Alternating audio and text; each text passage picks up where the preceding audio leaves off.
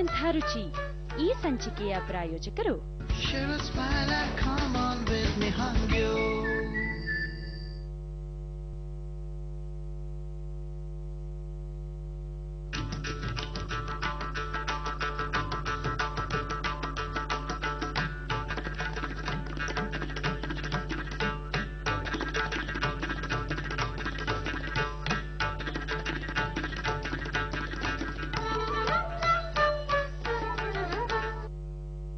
ಆತ್ಮೀಯ ವೀಕ್ಷಕರಿಗೆ ನಮಸ್ಕಾರ.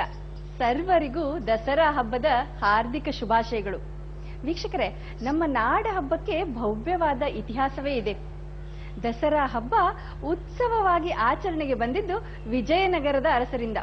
ಹಂಪೆಯ ಅರಸರು ನವರಾತ್ರಿಯನ್ನ ಅತ್ಯಂತ ವೈಭವದಿಂದ ಆಚರಿಸುತ್ತಿದ್ರಂತೆ.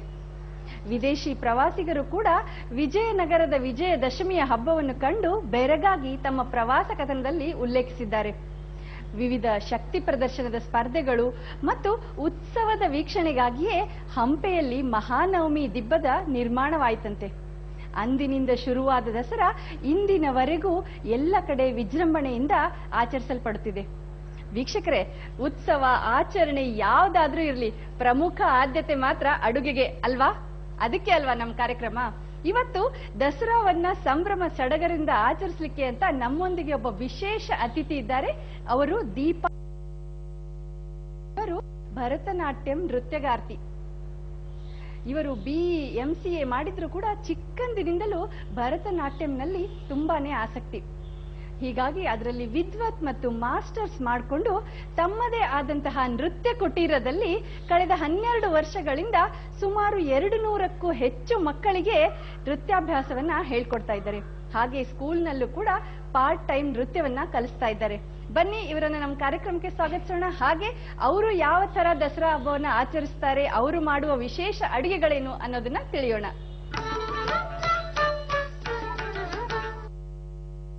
ನಮಸ್ಕಾರ ದೀಪಾ ಅವರೇ. ನಮಸ್ಕಾರ. ನಮ್ಮ ಆಹಾ ಎಂಥ ರುಚಿಯ ದಸರಾ ವಿಶೇಷ ಸಂಚಿಕೆ ನಿಮ್ಗೆ ಆತ್ಮೀಯವಾದ ಸ್ವಾಗತ. ನಿಮ್ಗೂ ಕೂಡ ದಸರಾ ಹಬ್ಬದ ವಿಶೇಷ ಶುಭಾಶಯಗಳು. ಇವತ್ತು ನಮ್ಮ ಕಾರ್ಯಕ್ರಮಕ್ಕೆ ಬಂದಿದ್ದೀರಾ. ಮುಂಚೆನೂ ಅನೇಕ ಸಲ ನೀವು ದೂರದರ್ಶನ್ಗೆ ಬಂದಿದ್ದೀರಾ, ಅನೇಕ ಸಲ ನಿಮ್ಮ ಭರತನಾಟ್ಯ ಕಾರ್ಯಕ್ರಮಕ್ಕೆಲ್ಲ ಬಂದಿರ್ತೀರಾ. ಇವತ್ತು ಅಡಿಗೆಗೆ ಅಂತ ಬಂದಿದ್ದೀರಾ, ಹೇಗೆ ಅನಿಸ್ತಾ ಇದೆ? ಒಂಥರ ಡಿಫ್ರೆಂಟ್ ಎಕ್ಸ್ಪೀರಿಯನ್ಸ್, ತುಂಬಾ ಖುಷಿ ಆಗ್ತಾ ಇದೆ. ಸೊ ಅದು ನವರಾತ್ರಿ ಅಂದ್ರೆ ನನ್ನ ಫೇವ್ರೆಟ್ ಫೆಸ್ಟಿವಲ್ ತರ ಅದು, ಅದಕ್ಕೆ ನಾನು ಅಡಿಗೆ ಮಾಡಕ್ಕೆ ಬರ್ತಾ ಇದೀನಿ ಅಂತ ತುಂಬಾ ಖುಷಿ ಆಗ್ತಾ ಇದೆ. ಓಕೆ, ಹಾಗಿದ್ರೆ ನಮ್ಮ ವೀಕ್ಷಕರೆಲ್ಲ ಕಾಯ್ತಾ ಇದಾರೆ, ಏನ್ ವಿಶೇಷ ಮಾಡಿ ತೋರಿಸ್ತಿದ್ದೀರಿ ಅಂತ. ಏನ್ ತೋರಿಸ್ತಾ ಇದ್ದೀರಾ ಇವತ್ತು? ನವರಾತ್ರಿಗೆ ಅಂದ್ರೆ ನಮ್ಮೂರ್ ಕಡೆ ಎಲ್ಲ, ದಕ್ಷಿಣ ಕನ್ನಡದಲ್ಲೆಲ್ಲ 3 ವಿಧವಾದ ಭಕ್ಷ್ಯಗಳನ್ನ ಮಾಡ್ತಾರೆ. ಒಂದು ಪಾಯಸ ಆಗಿರ್ಬೋದು, ಇನ್ನೊಂದು ಹವೆನಲ್ಲಿ ಬೇಯಿಸಿರುವಂತಹ ಪದಾರ್ಥ ಆಗಿರ್ಬೋದು, ಹಾಗೆ ಬಜ್ಜಿ ಬೋಂಡ ಆ ತರದಲ್ಲ. ಸೊ 3 ಅಂದ್ರೆ 9 ದಿನಗಳು ಸಹ ಒಂದೊಂದು ದಿವಸನೂ ಒಂದೊಂದು ಬೇರೆ ಬೇರೆ ತರದ್ ಮಾಡ್ತಾರೆ. ಓಕೆ, ಅಂದ್ರೆ ರಿಪೀಟ್ ಆಗಲ್ಲ, ಯಾವ್ದು ರಿಪೀಟ್ ಆಗಲ್ಲ. ಅದು ಒಂದೊಂದು ದೇವಿಗೂ ಒಂದೊಂದು ಸ್ಪೆಷಾಲಿಟಿ ಇರುತ್ತಲ್ಲ, ಅದೇ ತರ ತಿನಿಸುಗಳನ್ನ ಮಾಡ್ತಾರೆ. ಅದರಲ್ಲಿ ನಾನು ಇವತ್ತು ಫಸ್ಟ್ ಸಿಹಿ ಹಂಚಿ ಇದ್ ಮಾಡೋಣ ಅಂತ ಅವಲಕ್ಕಿ ಪಾಯಸ ಮಾಡ್ತಾ ಇದ್ದೀನಿ. ಅವಲಕ್ಕಿ ಪಾಯಸ ಮಾಡ್ತಾ ಇದ್ದೀರಾ? ಓಕೆ, ಹಾಗಿದ್ರೆ ಅವಲಕ್ಕಿ ಪಾಯಸ ಮಾಡೋದಕ್ಕೆ ಏನೇನ್ ಸಾಮಗ್ರಿಗಳು ಬೇಕು ಅಂತ ಒಂದ್ಸಲ ಹೇಳ್ಬಿಡಿ.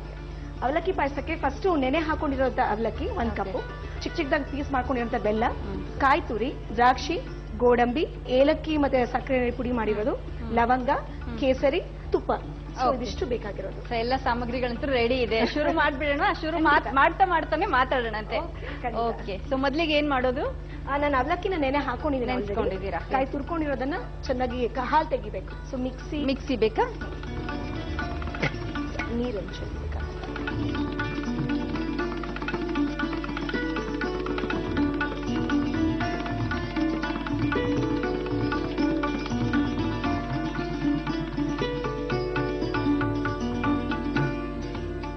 ನೀರು ಬೇಕಾ? ಹಾ.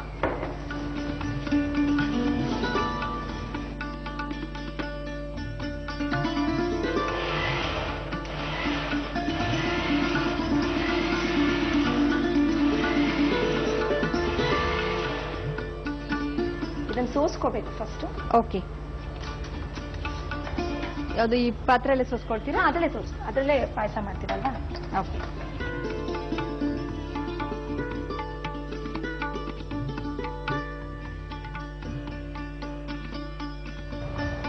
ತೆಂಗಿನ ಹಾಲನ್ನ ತಕೊಳ್ತಾ ಇದ್ದೀರಾ? ತೆಂಗಿನ ಹಾಲು ತಗೊಳ್ತೀನಿ. ಒಂದಕ್ಕಿಂತ ಇನ್ನೊಂದ್ಸತಿ ಗ್ರೈಂಡ್ ಮಾಡಿದ್ರೆ ಚೆನ್ನಾಗಿ ಹಾಲು ಬರುತ್ತೆ. ಸೊ ಒಂದ್ಸಲ ಮಾಡಿ ಹಾಲು ತಕೊಂಡು ಮತ್ತೆ ಇನ್ನೊಂದ್ಸತಿ ಮಾಡ್ಕೊಳ್ತೀರಾ? ಇದಕ್ಕೆ ಮಾಡ್ಕೋತೀರಾ, ಎಕ್ಸ್ಟ್ರಾ ಕಾಯಿ ಏನು ಬೇಡ. ಓಕೆ. ಅಳತೆ ಎಲ್ಲ ಹೇಗೆ ತಗೊಂಡಿದ್ದೀರಾ? 1 ಕಪ್, ಎಲ್ಲ 1 ಕಪ್. ಓಕೆ. ಅಂದ್ರೆ 1 ಕಪ್ ಅವಲಕ್ಕಿಗೆ 1 ಕಪ್ ಕಪ್ ಬೆಲ್ಲ ಚೂರು, ಮತ್ತೆ 1 ಕಪ್ ಕಾಯಿ ತುರಿ. ಕಾಯಿ ತುರಿ.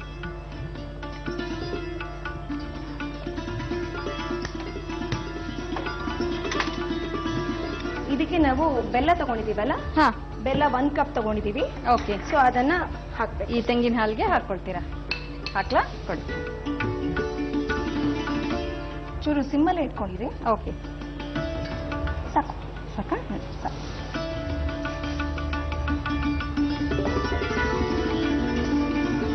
ಸೊ ಬೆಲ್ಲ ಚೆನ್ನಾಗಿ ಕರಗಬೇಕು. ಕೈ ಕೊಡ್ಲಾ? ಅವಲಕ್ಕಿ ಎಲ್ಲ ಎಷ್ಟೊತ್ತು? ಸ್ವಲ್ಪ ನೆನ್ಸಿದ್ರೆ ಸ್ವಲ್ಪ ನೆನ್ಸಿದ್ರೆ ಸಾಕು. ಯಾಕಂದ್ರೆ ಅದು ತುಂಬಾ ದಪ್ಪ ಆಗೋಗುತ್ತೆ, ತುಂಬಾ ಬೇಗ ತುಂಬಾ ಹೊತ್ತು ನೆನ್ಸಿದ್ರೆ. ಓಕೆ. ಆಮೇಲೆ ಇದು ಕುದಿಯೋವರೆಗೂ ಅದು ಇರತ್ತಲ್ಲ. ಓಕೆ. ನೀವೆಲ್ಲ ಹೇಗೆ ಆಚರಿಸ್ತೀರಾ ಮನೆಗಳಲ್ಲಿ? ನಂದು ಆಕ್ಚುಲಿ ದಕ್ಷಿಣ ಕನ್ನಡ ಜಿಲ್ಲೆ, ಅಲ್ಲಿ 9 ದಿವಸನೂ ಸಹ ಅಂದ್ರೆ ತುಂಬಾ ಗ್ರ್ಯಾಂಡ್ ಹಬ್ಬ ಇದು. ನಮ್ಗೆ ಗಣೇಶ ಹಬ್ಬ ಮತ್ತೆ ಯುಗಾದಿ ಅದೆಲ್ಲ ಇದ್ರೂ ಸಹ ನವರಾತ್ರಿ ತುಂಬಾ ಅದು ನಮ್ಮ ದೇವಸ್ಥಾನದಲ್ಲೆಲ್ಲ ದುರ್ಗೆ ಎಲ್ಲ ಇರ್ತಾರಲ್ಲ, ಸೊ ನವದುರ್ಗ. ಸೊ ಅದ್ರ ಬೇರೆ ಬೇರೆ ರೀತಿ ಅದನ್ನ ಅಲಂಕಾರ ಮಾಡಿ ತುಂಬಾ ಚೆನ್ನಾಗಿ ಮಾಡ್ತಿದ್ರೆ. ಪ್ರತಿದಿನನೂ ಒಂದೊಂದು ದೇವಿಯ ಅವತಾರದ್ದು ಅದೇ ತರ ಅದನ್ನ ಡೆಕೋರೇಷನ್ ಸಹ ಮಾಡೋದು, ಮತ್ತೆ ಎಲ್ಲ ಫ್ಯಾಮಿಲಿ ಮೆಂಬರ್ಸ್ ಎಲ್ಲರೂ ಒಟ್ಟಿಗೆ ಸೇರ್ಕೊಂಡು ಅದನ್ನ ಚೆನ್ನಾಗಿ ಆಚರಿಸ್ತೀವಿ. ಸೊ ಅವಾಗ ಅಟ್ಲೀಸ್ಟ್ ಮುಂಚೆ ಚಿಕ್ಕವಳಿದ್ದಾಗಂತೂ ಯಾವಾಗ್ಲೂ ಆ ಟೈಮಲ್ಲಿ ಬಂದ್ಬಿಟ್ರೆ ನಾವು ಊರಿಗೆ ಹೊರಟೋಗ್ತಾ ಇದ್ವಿ, ರಜಾನು ಇರ್ತಾ ಇತ್ತಲ್ಲ. ಈಗ ಸ್ವಲ್ಪ ಕಷ್ಟ, ಯಾವಾಗ ಒಂದೇ ದಿವಸ ಆದ್ರೂ ಹೋಗ್ಬಿಟ್ಟು ಬರ್ತೀವಿ. ಇದು ಬೆಲ್ಲ ಕರಗ್ತಾ ಇದೆ, ಆಗ ಅದನ್ನ ಅವಲಕ್ಕಿ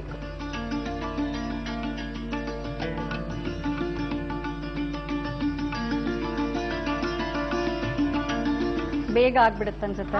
ಬೇಗ. ಜೋರ್ ಮಾಡ್ಲಾ? ಸಿಮ್ಮಲ್ಲೇ ಇರ್ಲಾ? ಇಲ್ಲ, ಜೋರಾಗಿ ಮಾಡ್ತೀನಿ. ಈಗ ಬೇಕಾದ್ರೆ ಅದ್ರ ಜೊತೆಗೆ ನಾವು ಒಗ್ಗರಣೆಗೆ ಬೇಕಾದ್ರೆ ರೆಡಿ ಮಾಡ್ಕೊಂಡ್ಬಿಡ್ಬೋದು. ಓಕೆ. ಈ ಕಡೆ ಆನ್ ಮಾಡ್ಲಾ? ಅಲ್ಲ, ಅದೇ ತಗೊಳ್ಳಿ. ಅದನ್ನ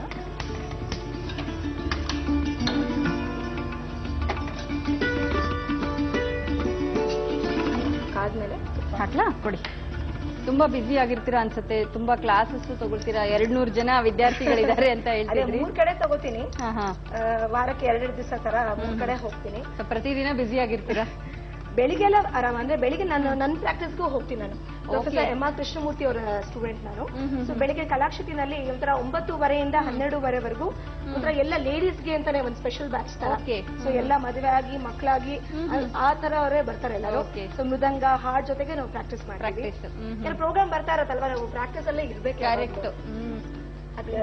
ಹಾಕ್ಬೇಕಾ? ಕೊಡಿ, ನಾನು ಮಾಡ್ತೀನಿ.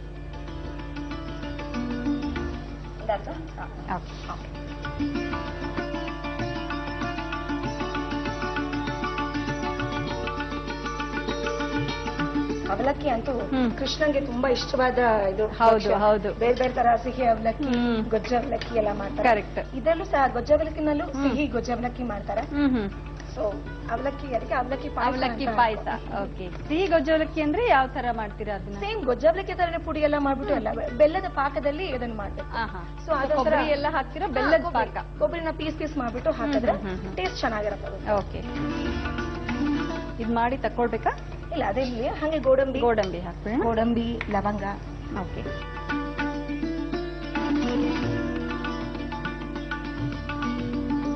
ಸುಮಾರು ಎಷ್ಟು ವರ್ಷಗಳಿಂದ ನೀವು ನೃತ್ಯಾಭ್ಯಾಸವನ್ನ ಮಾಡ್ತಾ ಇದ್ದೀರಾ? 25 ವರ್ಷದಿಂದ ಮಾಡ್ತಾ ಇದ್ದೀನಿ. 8 ವರ್ಷ ಇದ್ದಾಗ ನನಗೆ ಸೇರಿಸಿದ್ರು. ಓಕೆ. ಸೊ ಆವಾಗ ನೆವರ್ ಎಂಡಿಂಗ್ ಅಲ್ವಾ? ಸೊ ರೆಗ್ಯುಲರ್ ಪ್ರಾಕ್ಟೀಸ್ ನಡೀತಾನೆ ಇದೆ. ಅದು ಇಂಜಿನಿಯರಿಂಗ್ ಮುಗಿದ್ಮೇಲೆ ನಾನು 2002 ನಲ್ಲಿ ನಾನು ಅರಂಗೇಟ್ರ ಮಾಡಿದೆ, ರಂಗಪ್ರವೇಶ ಮಾಡಿದೆ. ಸೊ ಅದಾದ್ಮೇಲಿಂದ ಸುಮಾರು ವೇದಿಕೆಯಲ್ಲಿ ಭಾರತದ ಬೇರೆ ಬೇರೆ ಪ್ಲೇಸಸ್ ಅಲ್ಲೆಲ್ಲ ಪ್ರೋಗ್ರಾಮ್ ಮಾಡಿದ್ದೀನಿ. ಓಕೆ. ಲವಂಗ. ಓಕೆ. ಹೇಗೆ ಬ್ಯಾಲೆನ್ಸ್ ಮಾಡ್ತಾ ಇದ್ರಿ? ಇಂಜಿನಿಯರಿಂಗ್ ಸ್ಟಡೀಸ್ ಅದು ಎಲ್ಲ ತುಂಬಾ ಇರ್ತಿತ್ತು ಅಲ್ಲ. ನಿಮ್ಗೆ ಮನಸ್ಸಿನಲ್ಲಿ ಇಷ್ಟ ಇದ್ರೆ, ನಾನು ಮಾಡ್ಬೇಕು ಅನ್ನೋ ಇದ್ರೆ ಯಾವ ತರ ಬೇಕಾದ್ರೂ ಮಾಡೋ ಪ್ಲಾನಿಂಗ್ ಮಾಡ್ಕೋಬೇಕಾಗತ್ತೆ ಕರೆಕ್ಟ್ ಆಗಿ. ಬೆಳಿಗ್ಗೆ ನಾನು ಅವಾಗ ಇಂಜಿನಿಯರಿಂಗ್ ಮಾಡ್ತಿದ್ದಾಗ ಬೆಳಿಗ್ಗೆ 6:30 ಇಂದ 7:30 ಬ್ಯಾಚ್ ಇತ್ತು, ಅದಕ್ಕೆ ಹೋಗ್ತಾ ಇದ್ದೆ. ಬೆಳಿಗ್ಗೆ 6:30 7:30 ಹೋಗಿ 8 ಗಂಟೆಗೆ BMS ಕಾಲೇಜಲ್ಲಿ. ಸೊ ಅಲ್ಲಿಗೆ ಹೋಗಿ ಎಲ್ಲ ಬ್ಯಾಲೆನ್ಸ್ ಮಾಡ್ಕೋತಾ ತಿರ್ಗಾ ಸಾಯಂಕಾಲ ಕ್ಲಾಸ್ ಎಲ್ಲ ತರ. ಅದೊಂಥರ ಮನಸ್ಸಿದ್ದರೆ ಮಾರ್ಗ ಅಂತಾರಲ್ಲ, ಹಾಗಲ್ವಾ? ಸಾಕಲ್ವಾ? ಆಫ್ ಮಾಡ್ಬಿಡ್ಲಾ? ಓಕೆ ಮೇಡಮ್, ಇದು ಸಾಕು. ಸಾಕು. ಅದು ಒಂದ್ ಸ್ವಲ್ಪ ಆದ್ಮೇಲೆ ದಪ್ಪ ಆಗತ್ತೆ. ಬಿಸಿಗೆನೆ ದಪ್ಪ ಬರುತ್ತೆ. ಹಾಕ್ಲಾ ಇದನ್ನ ಅದಕ್ಕೆ ಹಾಕ್ಬಿಡಿ. ಓಕೆ. ಘಮ ಘಮ ಅಂತ. ಹೌದು, ತುಪ್ಪದ ದ್ರಾಕ್ಷಿ ಪರಿಮಳ, ದ್ರಾಕ್ಷಿ, ಗೋಡಂಬಿ ಎಲ್ಲ, ಲವಂಗ ಬೇರೆ ಹಾಕಿದೀರಾ. ಅದ್ರ ಮೇಲೆ ಒಂಚೂರು ಏಲಕ್ಕಿ ಪೌಡರು, ಏಲಕ್ಕಿ ಸಕ್ಕರೆ ಹಾಕಿ ಪುಡಿ ಮಾಡ್ಕೊಟ್ರೆ ಓಕೆ, ಅದು ರುಚಿ ಹೆಚ್ಚು. ರುಚಿ ಸ್ವೀಟ್ ಅಂದ ತಕ್ಷಣ ಏಲಕ್ಕಿ ಪುಡಿ, ಡ್ರೈ ಫ್ರೂಟ್ಸ್ ಎಲ್ಲ. ಆಮೇಲೆ ಒಂಚೂರು ಕೇಸರಿ ಹಾಕ್ತಾ ಇದ್ದೀನಿ. ಎಷ್ಟೊತ್ತು ಕುದಿಸ್ತೀರಾ ಇದನ್ನ ಅಂದಾಜು? ಚೆನ್ನಾಗಿ ಕುದಿ ಬರ್ಬೇಕು, ಮತ್ತೆ ಅದು ಗೊತ್ತಾಗುತ್ತೆ ನಿಮ್ಗೆ ಪಾಯಸದ ಒಂದ್ 2-3 ನಿಮಿಷ ಅಷ್ಟು ಮಾಡಿದ್ರೆ ಸಾಕಾಗುತ್ತೆ ಅಷ್ಟೇ. ಇದಾಯ್ತಿದೆ, ಆಗಿದೆ ಅಲ್ವಾ? ನೋಡೋಕಂತೂ ತುಂಬಾ ಚೆನ್ನಾಗಿ ಕಾಣಿಸ್ತಾ ಇದೆ. ಟೇಸ್ಟ್ ಮಾಡಿ ಆಮೇಲೆ ಹೇಳ್ಬೇಕು. ತುಂಬಾ ಬಿಸಿ ಇದೆ ಅಲ್ವಾ?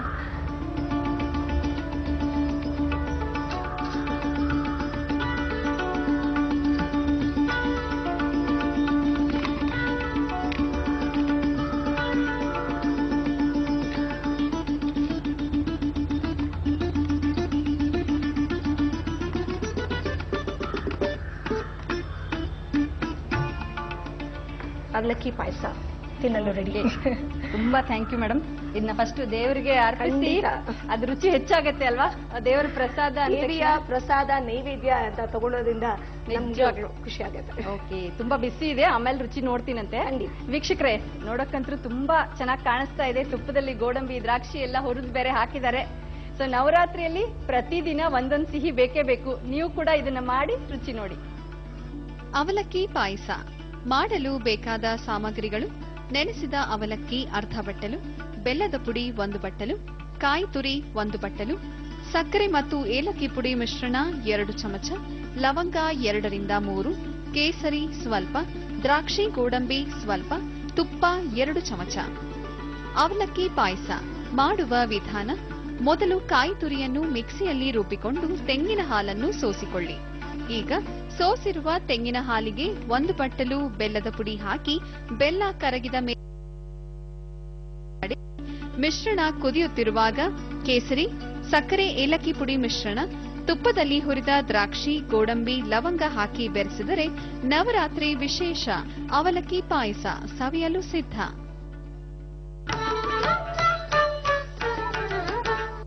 ವೀಕ್ಷಕರೇ, ಅವಲಕ್ಕಿ ಪಾಯಸ ತುಂಬಾನೇ ರುಚಿಯಾಗಿತ್ತು. ಈಗ ದೀಪಾ ಅವರು ದಕ್ಷಿಣ ಕನ್ನಡದ ಮತ್ತೆ ಯಾವ ವಿಶೇಷವನ್ನ ಮಾಡ್ತಾರೆ ನೋಡೋಣ ಬನ್ನಿ. ದೀಪಾ ಅವರೇ, ನೀವು ಹೇಳಿದ್ರಿ ನಿಮ್ ಕಡೆ ದಸರಾ ಹಬ್ಬದಲ್ಲಿ 9 ದಿನಗಳು ಬೇರೆ ಬೇರೆ ತರದ ಅಡಿಗೆಗಳನ್ನ ಮಾಡ್ತಾರೆ. ಅಂದ್ರೆ ಒಂದು ಪಾಯಸ, ಒಂದು ಕರೆದಿರೋ ತಿಂಡಿ, ಇನ್ನೊಂದು ಹಬೆಯಲ್ಲಿ ಬೇಯಿಸಿದ್ದು. ಸೊ ಇವಾಗ ನಮ್ ವೀಕ್ಷಕರಿಗೆ ಏನ್ ಮಾಡಿ ತೋರಿಸ್ತಾ ಇದ್ದೀರಾ? ಹಬಿನಲ್ಲಿ ಬೇಯಿಸಿರೋದೆಲ್ಲ ಟೈಮ್ ತಗೊಳುತ್ತೆ. ಸೊ ಅದಕ್ಕೆ ನಾನು ಎಣ್ಣೆನಲ್ಲಿ ಕರೆದಿದ್ದ ಪದಾರ್ಥ ತರ ಮಾಡ್ತಾ ಇದ್ದೀನಿ. ಸೊ ಅದ್ರದ್ದು ಒಂದ್ ಸ್ಪೆಷಾಲಿಟಿ ಅಂದ್ರೆ ಇವತ್ತು ನಾನು ತಗೊಂಡಿರೋದು ಇದು ದಿವಲ್ಸು ಅಂತ.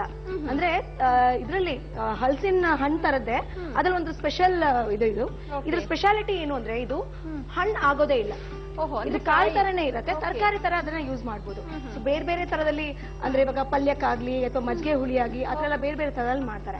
ಸೊ ಅದನ್ನ ನಾವ್ ಇವಾಗ ಕಟ್ ಮಾಡ್ಕೊಂಡು ಅದ್ರ ಸಿಪ್ಪೆ, ಹೊರ ಸಿಪ್ಪೆ ಎಲ್ಲ ಇರುತ್ತಲ್ಲ ಅದೆಲ್ಲ ತೆಕ್ಕೋಬೇಕು. ತೆಕ್ಕೊಂಡು ಅದನ್ನ ಈ ತರ ಪೀಸ್ ಪೀಸ್ ಮಾಡ್ಕೊಂಡಿದೀನಿ. ಬಜ್ಜಿ ಯಾವ ತರ ಬೇಕಾದ್ರೂ ಸೈಜ್ ಟ್ರಯಾಂಗಲ್ ಆಗಿರ್ಬೋದು ಅಥವಾ ಯಾವ ತರ ಬೇಕಾದ್ರೂ ಶೇಪ್ ಮಾಡ್ಕೊಂಡು ಸೊ ಅದನ್ನ ಸ್ವಲ್ಪ ತಗೊಂಡಿದೀನಿ. ಅದಕ್ಕೆ ಬೇಕಾಗಿರೋ ಪದಾರ್ಥಗಳು: ಕಡಲೆ ಹಿಟ್ಟು, ಅಕ್ಕಿ ಹಿಟ್ಟು, ಅರ್ಶಿನ, ಚಿಲ್ಲಿ ಪೌಡರು, ಉಪ್ಪು, ಒಂಚೂರು ಸೋಡಾ, ಆಮೇಲೆ ಓಂಕಾಳು, ಕರಿಯಕ್ಕೆ ಎಣ್ಣೆ ಬೇಕು. ಸೊ ಸಾಮಾನಂತೂ ರೆಡಿ ಆಗಿದೆ. ಮೊದ್ಲಿಗೆ ಏನ್ ಮಾಡೋದು? ಮೊದ್ಲಿಗೆ ಆಕ್ಚುಲಿ ನನಗೆ ಇದನ್ನ ಪೀಸ್ ಮಾಡ್ಕೊಂಡ್ಬಿಟ್ಟಿದ್ದೀನಿ. ಈಗ ಬಜ್ಜಿಗೆ ನಾವು ಬೇಕಾಗಿರೋದಲ್ಲ ಹಿಟ್ಟು, ಅದನ್ನ ಕಲ್ಸ್ಕೊಳ್ಳೋಣ. ಓಕೆ. ಸೊ ನಿಮ್ಗೆ ಹಿಟ್ಟು ಕಲ್ಸಕ್ಕೆ ಪಾತ್ರೆ ಕೊಡ್ಲಾ? ಹೇಗೆ ಇದೂನು ಸ್ಟಿಕ್ಕಿ ಜಿಗಿಟಾಗಿ ಇರುತ್ತೆ? ಈಗ ಬೇರೆ ಹಲಸಿನ ಹಣ್ಣೆಲ್ಲ ಇದಕ್ಕೆ ಸ್ವೀಟೇ ಇರಲ್ಲ, ಒಂಥರ ಅದು ಬಟ್ ಟೇಸ್ಟ್ ಒಂಥರ ತುಂಬಾ ಡಿಫ್ರೆಂಟ್ ಆಗಿರುತ್ತೆ. ನಾವಿವಾಗ ಇದು ಅದದ್ದು ಹೀರೆಕಾಯಿನಲ್ಲಿ ಅದರಲ್ಲೆಲ್ಲ ಮಾಡ್ತೀವಲ್ಲ, ಇದು ಹಂಗೇನೆ ಒಂಥರ ಡಿಫ್ರೆಂಟ್. ಇದು ಟೇಸ್ಟ್ ನೋಡಿ ನೀವು ತಿಂತಿರಲ್ಲ ಅವಾಗ ಗೊತ್ತಾಗುತ್ತೆ. ಅಂದ್ರೆ ಇದು ಜಿಗಿ ಏನಿರಲ್ಲ. ಈಗ ಬೇರೆ ಹಲ್ಸ್ ಬಿಡಿಸುವ ಕೈಗೆಲ್ಲ ಎಣ್ಣೆ ಖಂಡಿತ ಇಲ್ಲ, ಖಂಡಿತ ಏನು ಆಗಲ್ಲ. ಮಾಮೂಲಿ ತರ ತರಕಾರಿ ತರ ಇದ್ ಮಾಡ್ತಿರಲ್ಲ ಹಂಗೆ ಮಾಡ್ಬೋದು. ಬೀಜ ಆತರ ಏನು ಇರಲ್ಲ, ಏನು ಇರಲ್ಲ. ಮಧ್ಯದಲ್ಲಿ ಒಂಥರ ಇದ್ ಬರುತ್ತೆ. ಸೊ ಇದನ್ನ ಮಾತ್ರ ನಾವು ಒಂಚೂರು ತೆಕ್ಕೋಬೇಕು. ಸೊ ಆಲ್ಮೋಸ್ಟ್ 1 ಕಪ್ ತರ ಇದು ಹಾಕೊಂಡಿನಿ, ಕಡಲೆ ಹಿಟ್ಟು ಹಾಕೊಂಡಿನಿ, ಒಂಚೂರು ಇದು ಅಕ್ಕಿ ಹಿಟ್ಟು ಹಾಕಿಲ್ಲ. ಇದು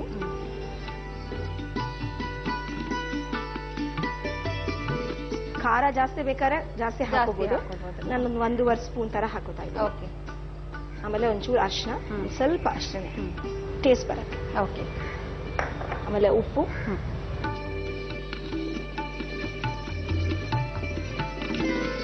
ಅಡಕೆ ಇದು ಸೋಡಾ ಜಾಸ್ತಿ ಬೇಡ, ಸ್ವಲ್ಪ ಅಂಡ್ ಓಂಕಾರ ಹಾಕಿ. ಸೊ ಇದನ್ನ ನೀರು ಹಾಕಿ ಕಲ್ಸ್ಕೊಡಿ. ಓಂಕಾಳು ಎಲ್ಲ ಜೀರ್ಣಕ್ಕೂ ಒಳ್ಳೇದಲ್ವಾ? ಅದಕ್ಕೆ ವಾಯು ಇದೆಲ್ಲ ಇದು ಮಾಡತ್ತೆ ಅದು.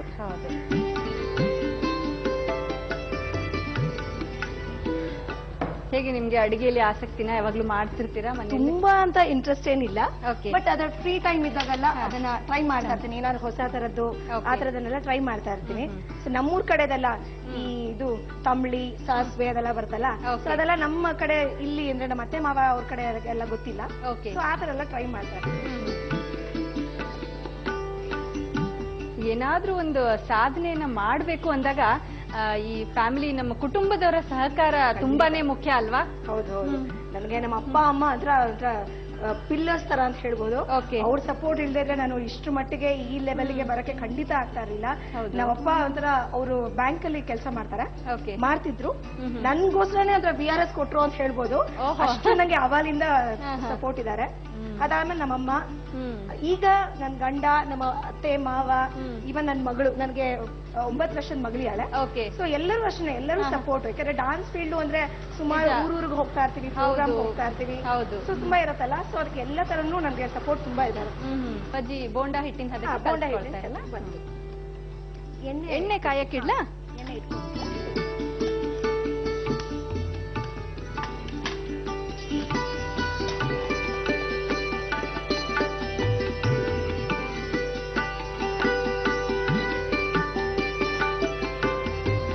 ಎಣ್ಣೆ ಕಾಯ್ಬೇಕಲ್ವಾ?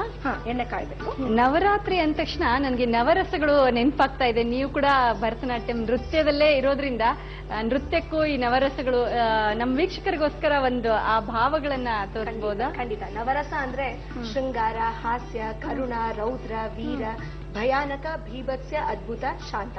ಹೀಗೆ ಅಂತ ನಮ್ಮ ದೈನಂದಿಕ ಇದ್ರಲ್ಲೂ ನಾವು ಮಾಡ್ತಾ ಇರ್ತೀವಿ. ಆದ್ರೆ ಎಷ್ಟೊಂದ್ ಜನಕ್ಕೆ ಗೊತ್ತಿರಲ್ಲ ಅಷ್ಟೇ. ಆದ್ರೆ ನಾವು ಡಾನ್ಸ್ ಅಲ್ಲಿ ಅದಕ್ಕೆ ಒಂದು ಸ್ಪೆಷಲ್ ಸ್ಥಾನ ಕೊಡ್ತೀವಿ. ಹೌದು. ಈಗ ಒಂದು ಸ್ವಲ್ಪ ಮಾಡಿ ತೋರಿಸ್ತೀನಿ. ಶೃಂಗಾರ,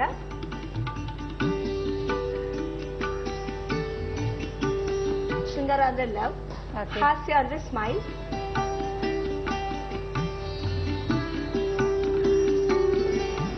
ಕರುಣ ಬೇಜಾರು ಮಾಡ್ಕೊಂಡಿರೋದು, ದುಃಖ, ರೌದ್ರ,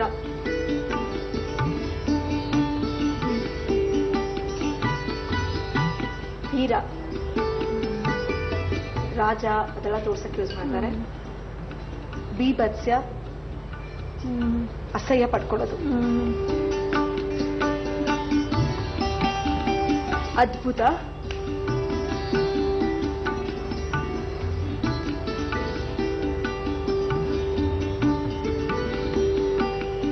ಶಾಂತ, ಪ್ರಸನ್ನತೆ. ತುಂಬಾ ಅದ್ಭುತವಾಗಿತ್ತು. ಅದು ಹೆಂಗಂದ್ರೆ ನೀವು ಒಂದೊಂದು ರಸಗಳನ್ನ ಮಾಡಿ ತೋರಿಸ್ತಾ ಇದ್ರೆ ನಾವು ಆ ಭಾವನೆಯಲ್ಲಿ ಮುಳುಗಿ ಹೋಗ್ತಾ ಇದ್ವಿ ಅಲ್ವಾ? ಡಾನ್ಸ್ ಹಾಗೆ ಹಾಗೆ ಅಲ್ವಾ? ಪ್ರೇಕ್ಷಕರನ್ನೆಲ್ಲ ಅದರಲ್ಲಿ ಇನ್ವಾಲ್ವ್ ಮಾಡ್ಕೊಂಡ್ ಬಿಡ್ಬೇಕು ಅಲ್ವಾ? ಕಾದಿದ್ಯಾ? ಕಾಯ್ತಾ ಇದೆ. ಇದನ್ನೆಲ್ಲ ಇವಾಗ ಇದನ್ನ ಪೀಸ್ ಅದರಲ್ಲಿ ಹಾಕೊಳ್ತೀರಾ? ನೃತ್ಯ ಅಂದ ತಕ್ಷಣ ಸಂಗೀತ ಕೂಡ ಜೊತೆಗೆ ಬಂದೇ ಬಿಡುತ್ತೆ ಅಲ್ವಾ? ಒಂದೇ ನಾಣ್ಯದ ಎರಡು ಮುಖ ಅಂತಾರಲ್ಲ ಆ ತರ. ಯಾಕಂದ್ರೆ ಡಾನ್ಸ್ ಮಾಡೋರಿಗೆ ಮ್ಯೂಸಿಕ್ ಗೊತ್ತಿಲ್ಲದೆ ಇದ್ರೆ ತುಂಬಾ ಕಷ್ಟ.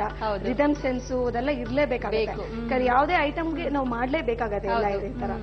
ಸೊ ಮ್ಯೂಸಿಕ್ ಅನ್ನು ಕಲ್ತಿದ್ದೆ ನಾನು ಚಿಕ್ಕವಳಿದ್ದಾಗ. ಜೂನಿಯರ್ ಎಕ್ಸಾಮ್ ಎಲ್ಲ ಮುಗಿಸ್ಕೊಂಡು ಸೀನಿಯರ್ ಎಕ್ಸಾಮ್ ವರ್ಗೂ ಬಂದು ಅದಾದ್ಮೇಲೆ ನಮ್ಮ ಟೀಚರ್ ದೂರ ಹೋಗಿದ್ರಿಂದ ಕಂಟಿನ್ಯೂ ಮಾಡಕ್ಕಾಗಿಲ್ಲ. ಆಮೇಲೆ ಡಾನ್ಸ್ ಅಲ್ಲೇ ಜಾಸ್ತಿ ಒಲವು ಬಂತು.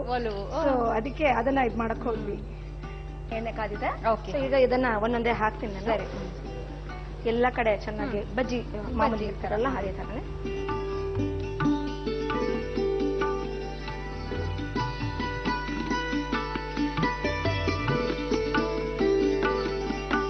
ದಸರಾ ಅಂದ ತಕ್ಷಣ ನಮ್ಗೆಲ್ಲ ಮಹಿಷಾಸುರ ಮರ್ದಿನಿ ನೆನಪಾಗ್ತಾಳೆ.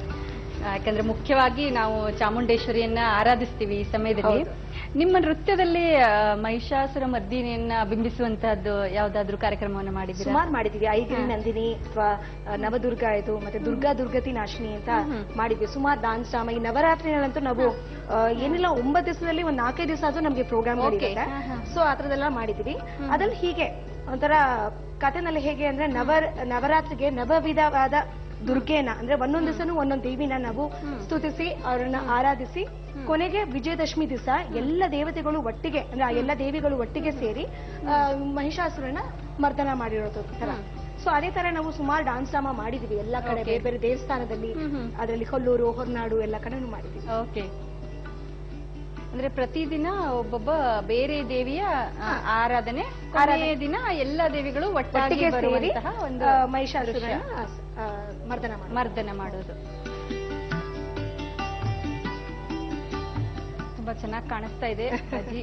ಮತ್ತೆ ಏನ್ ಮಾಡ್ತಿರ್ತೀರಾ ಈ ಇದೇ ಹಲಸಿನ ದಿವಲ್ಸಿನಿಂದ ನಾವು ಅದ ಹೇಳಿದ ಇದೊಂದು ತರಕಾರಿ ತರ ಯೂಸ್ ಮಾಡ್ತೀವಿ. ಪಲ್ಯ ಮಾಡ್ಬೋದು, ಮಜ್ಜಿಗೆ ಹುಳಿ ತರ ಎಲ್ಲ ಮಾಡ್ತಾರೆ. ನಮ್ ಊರ್ ಕಡೆ ಎಲ್ಲ ಪಲ್ಯ ಅಂತ ಹೇಳ್ತಾರೆ ಅದನ್ನ. ಸೊ ಅದನ್ನ ಮಾಡ್ಬೋದು.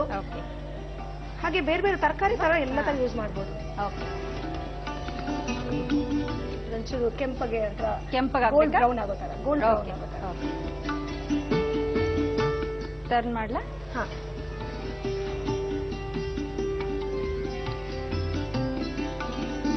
ಈ ದಿವಲ್ಸಿನ ಬಜ್ಜಿ ನೋಡಿ ನನ್ಗೆ ಇದ್ರ ರುಚಿ ನೋಡೋ ಕುತೂಹಲ ಆಗ್ತಾ ಇದೆ. ಮೊದಲನೇ ಸಲ ನೋಡ್ತಾ ಇದ್ದೀನಿ ಇದನ್ನ. ಇದೀಗ ಎಲ್ಲ ಕಡೆ ಸಿಗುತ್ತಾ? ಇಲ್ಲ, ಬೆಂಗಳೂರಿನಲ್ಲೆಲ್ಲ ಸಿಗೋದು ತುಂಬಾ ಕಷ್ಟ. ಮಂಗಳೂರು ಸ್ಟೋರ್ಸ್ ಅಂತೆಲ್ಲ ಇರುತ್ತಲ್ಲ, ಅದು ಮಾತ್ರ ಸಿಗತ್ತೆ ಇದೆ ಆಕ್ಚುಲಿ. ಸೊ ಇಲ್ಲ ಯಾರು ಮನೆಯಲ್ಲಿ ಬೆಳೆದಿರ್ತಾರೆ ದಿವಲ್ಸಿ ಅಂತ, ಸೊ ಅಲ್ಲಿ ತಗೊಂಡ್ ಮಾಡ್ಬೇಕಾಗತ್ತೆ.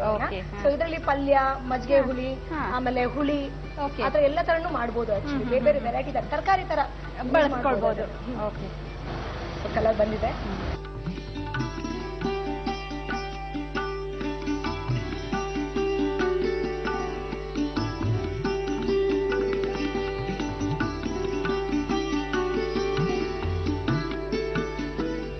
ಸಕಲ ಕಲಾವಲ್ಲಭೆ, ನೃತ್ಯ, ನಾಟಕ, ಹಾಡು, ಸಂಗೀತ ಎಲ್ಲ ಗೊತ್ತಿದೆ. ನಮ್ ವೀಕ್ಷಕರಿಗೋಸ್ಕರ ಒಂದೆರಡು ಸಾಲುಗಳನ್ನ, ಯಾಕಂದ್ರೆ ನಿಮ್ಮ ಭಾವದ ಪ್ರದರ್ಶನ ಅಂತೂ ಆಯ್ತು. ಇವಾಗ ಎಲ್ಲ ತುಂಬಾನೇ ಚೆನ್ನಾಗಿ ಬಂತು. ಹಾಡು ಕೂಡ ಹಾಡು ತೋರಿಸ್ಕೊಂಡ. ಖಂಡಿತ. ದೇವಿ ಮಲೆ ಒಂದು ಹಾಡು ಹೇಳ್ತೀನಿ. ಶ್ರೀ ಚಾಮುಂಡೇಶ್ವರಿ ವಲಯಮ್ಮ ಕೃಪಾಕರಿ ಶಂಕರಿ ಶ್ರೀ ಚಾಮುಂಡೇಶ್ವರಿ ಪಾಲಯಮ್ಮ ಕೃಪಾಕರಿ ಶಂಕರಿ ಶ್ರುತ ಜನ ಪಾಲಿನಿ ಮಹಾಬಲಾದ್ರಿ ಮಾಸಿನಿ ಮಹಿಷ ಸುರಮದಿನಿ ಶ್ರೀ ಚಾಮುಂಡೇಶ್ವರಿ ವಲಯಮ್ಮ. ಇದನ್ನು ಸಹ ದೇವಿಗೆ ನೈವೇದ್ಯ ಮೂಲಕ ಕೊಟ್ಟು ಖಂಡಿತವಾಗಿಯೂ ದಯವಿಟ್ಟು ಇದನ್ನ ಟೇಸ್ಟ್ ಮಾಡಿ. ದಿವಲ್ಸಿನ ಬಜ್ಜಿ ಅಥವಾ ಇದನ್ನ ಪೋಡಿ ಅಂತ ಸಹ ಕರೀತಾರೆ. ಓಕೆ, ತುಂಬಾನೇ ಚೆನ್ನಾಗಿತ್ತು ನಿಮ್ಮ ಸಂಗೀತ. ದೇವರು ಕೂಡ ನೃತ್ಯ ಮತ್ತು ಸಂಗೀತ ಪ್ರಿಯ ಅಂತ ಹೇಳ್ತಾರೆ. ಖಂಡಿತವಾಗಿಯೂ ದೇವಿ ಒಲಿತಾಳೆ. ರುಚಿನೂ ತುಂಬಾ ಚೆನ್ನಾಗಿರುತ್ತೆ ಅನ್ಕೊಂತೀನಿ. ಟೇಸ್ಟ್ ನೋಡ್ತೀನಿ, ಯಾಕಂದ್ರೆ ನಾನು ಮೊದಲನೇ ಸಲ ಟೇಸ್ಟ್ ನೋಡ್ತಿರೋದು. ಕುತೂಹಲ ನನ್ಗೆ ಯಾವ ತರ ಇರುತ್ತೆ ರುಚಿ ಅಂತ. ಬೇಕಾದ್ರೆ ಸಾಸ್ ಅಲ್ಲಿ ಓಕೆ, ಮೊದಲು ಹಾಗೆ ಟೇಸ್ಟ್ ಮಾಡಿ ನೋಡಿ ಬೇಕಾದ್ರೆ. ಓಕೆ, ಸ್ವಲ್ಪ ಸಾಸ್ ಹಚ್ಕೊಂಡು ಟೇಸ್ಟ್ ನೋಡ್ತೀನಿ, ಆಮೇಲೆ ಹಾಗೆ ನೋಡ್ತೀನಿ. ತುಂಬಾನೇ ಹಗುರವಾಗಿ ಬಂದಿದೆ. ಅದೊಂಥರ ಟೇಸ್ಟೇ ಒಂಥರ ಡಿಫ್ರೆಂಟ್. ಅದು ಸ್ವೀಟ್ ಎಲ್ಲ ಇರಲ್ಲ. ಹಲಸಿನ ಹಣ್ಣು ಅಂತೆಲ್ಲ ಹೆದರ್ಕೋತೀವಲ್ಲ, ಸ್ವೀಟ್ ಇರುತ್ತೆ ಅಂತ. ಸ್ವೀಟ್ ಇರಲ್ಲ ಇದು. ಸ್ವೀಟ್ ಅದ್ರದೇ ಅದೇ ಒಂದು ಟೇಸ್ಟ್ ಇರುತ್ತೆ. ಸೊ ಅದರಿಂದ ನಾವು ತುಂಬಾ ಚೆನ್ನಾಗಿದೆ. ಈವನ್ ಈ ಬಜ್ಜಿದ್ದು ಹದ ಕೂಡ ತುಂಬಾ ಚೆನ್ನಾಗಿ ಬಂದಿದೆ. ತುಂಬಾ ಗರಿಗರಿಯಾಗಿ ಬಂದಿದೆ. ದೀಪಾ ಅವರೇ, ನೀವು ನಿಮ್ಮ ಬ್ಯುಸಿ ಶೆಡ್ಯೂಲ್ ನಡು ಕೂಡ ನಮಗೋಸ್ಕರ ಸಮಯ ಮಾಡಿಕೊಂಡು ಬಂದು ನಮ್ಗೆ 2 ವಿಶೇಷ ರುಚಿಗಳನ್ನ ತೋರಿಸಿದ್ದಕ್ಕೆ ನಿಮ್ಗೆ ಅನೇಕ ಧನ್ಯವಾದಗಳು. ನನಗೂ ಸಹ ನವರಾತ್ರಿ ದಿವಸ ದೇವಿಗೆ ನಮ್ಮ ದಕ್ಷಿಣ ಕನ್ನಡದ 2 ಒಂಥರ ಸ್ಪೆಷಲ್ ಡಿಶ್ ಅನ್ನು ಮಾಡೋಕ್ಕೆ ಒಂದು ಅವಕಾಶ ಮಾಡಿಕೊಟ್ಟಿದ್ದಕ್ಕೆ ಚಂದನ ಕಾರ್ಯಕ್ರಮದ ಆಹಾ ಎಂತ ರುಚಿ ಕಾರ್ಯಕ್ರಮದ ಎಲ್ಲರಿಗೂ ನನ್ನ ಹೃತ್ಪೂರ್ವಕ ಧನ್ಯವಾದಗಳು. ವೀಕ್ಷಕರೇ, ದಿವಲಸಿನ ಬಜ್ಜಿ ತುಂಬಾನೇ ರುಚಿಯಾಗಿದೆ. ಇದು ಹಲಸು ಅಂತ ನಾನಂತರೂ ಈ ತರದ ಹಲಸನ್ನ ಇದೇ ಮೊದಲನೇ ಬಾರಿ ರುಚಿ ನೋಡಿದ್ದು. ಎಲ್ಲ ಕಡೆ ಸಿಗುತ್ತೆ ಅಂತ ಹೇಳ್ತಿದ್ದಾರೆ. ಮಂಗಳೂರು ಸ್ಟೋರ್ಸ್ ಅಲ್ಲಿ ಹೋದ್ರೆ ಖಂಡಿತವಾಗೂ ನಿಮ್ಗೆ ಇದು ಸಿಕ್ಕೇ ಸಿಗತ್ತೆ. ನೀವು ಕೂಡ ಇದನ್ನ ಮಾಡಿ ಚೇಂಜ್ ಅಂತ ಟ್ರೈ ಮಾಡಿ ನೋಡಿ. ದೀವಲಸು ಅಥವಾ ಜೀಗುಜೆ ಬಜ್ಜಿ ಮಾಡಲು ಬೇಕಾದ ಸಾಮಗ್ರಿಗಳು: ದೀವಲಸು 1, ಕಡಲೆ ಹಿಟ್ಟು 1 ಬಟ್ಟಲು, ಅಕ್ಕಿ ಹಿಟ್ಟು 2 ಚಮಚ, ಅಚ್ಚ ಖಾರದ ಪುಡಿ 1 ರಿಂದ 2 ಚಮಚ, ಅರಿಶಿನ ಚಿಟಿಕೆ, ಅಡುಗೆ ಸೋಡಾ ಚಿಟಿಕೆ, ಓಂಕಾಳು ಸ್ವಲ್ಪ, ಉಪ್ಪು ರುಚಿಗೆ ತಕ್ಕಷ್ಟು, ಎಣ್ಣೆ ಕರಿಯಲು. ದೀವಲಸು ಮಾಡುವ ವಿಧಾನ: ಒಂದು ಪಾತ್ರೆಗೆ ಕಡಲೆ ಹಿಟ್ಟು, ಅಕ್ಕಿ ಹಿಟ್ಟು, ಅಚ್ಚ ಖಾರದ ಪುಡಿ, ಅರಿಶಿನ, ಉಪ್ಪು, ಅಡುಗೆ ಸೋಡಾ, ಓಂಕಾಳು ಹಾಗೂ ನೀರು ಹಾಕಿ ಬಜ್ಜಿ ಹಿಟ್ಟಿನ ಹದಕ್ಕೆ ಕಲಸಿಕೊಳ್ಳಿ. ಈಗ ದೀವಲಸುವಿನ ಸಣ್ಣ ಸಣ್ಣ ಹೋಳುಗಳನ್ನು ಕಡಲೆ ಹಿಟ್ಟಿನ ಮಿಶ್ರಣದಲ್ಲಿ ಅದ್ದಿ ಕಾದ ಎಣ್ಣೆಯಲ್ಲಿ ಕರಿದರೆ ದೀವಲಸು ಅಥವಾ ಜೀಗುಜೆ ಬಜ್ಜಿ ಸವಿಯಲು ಸಿದ್ಧ.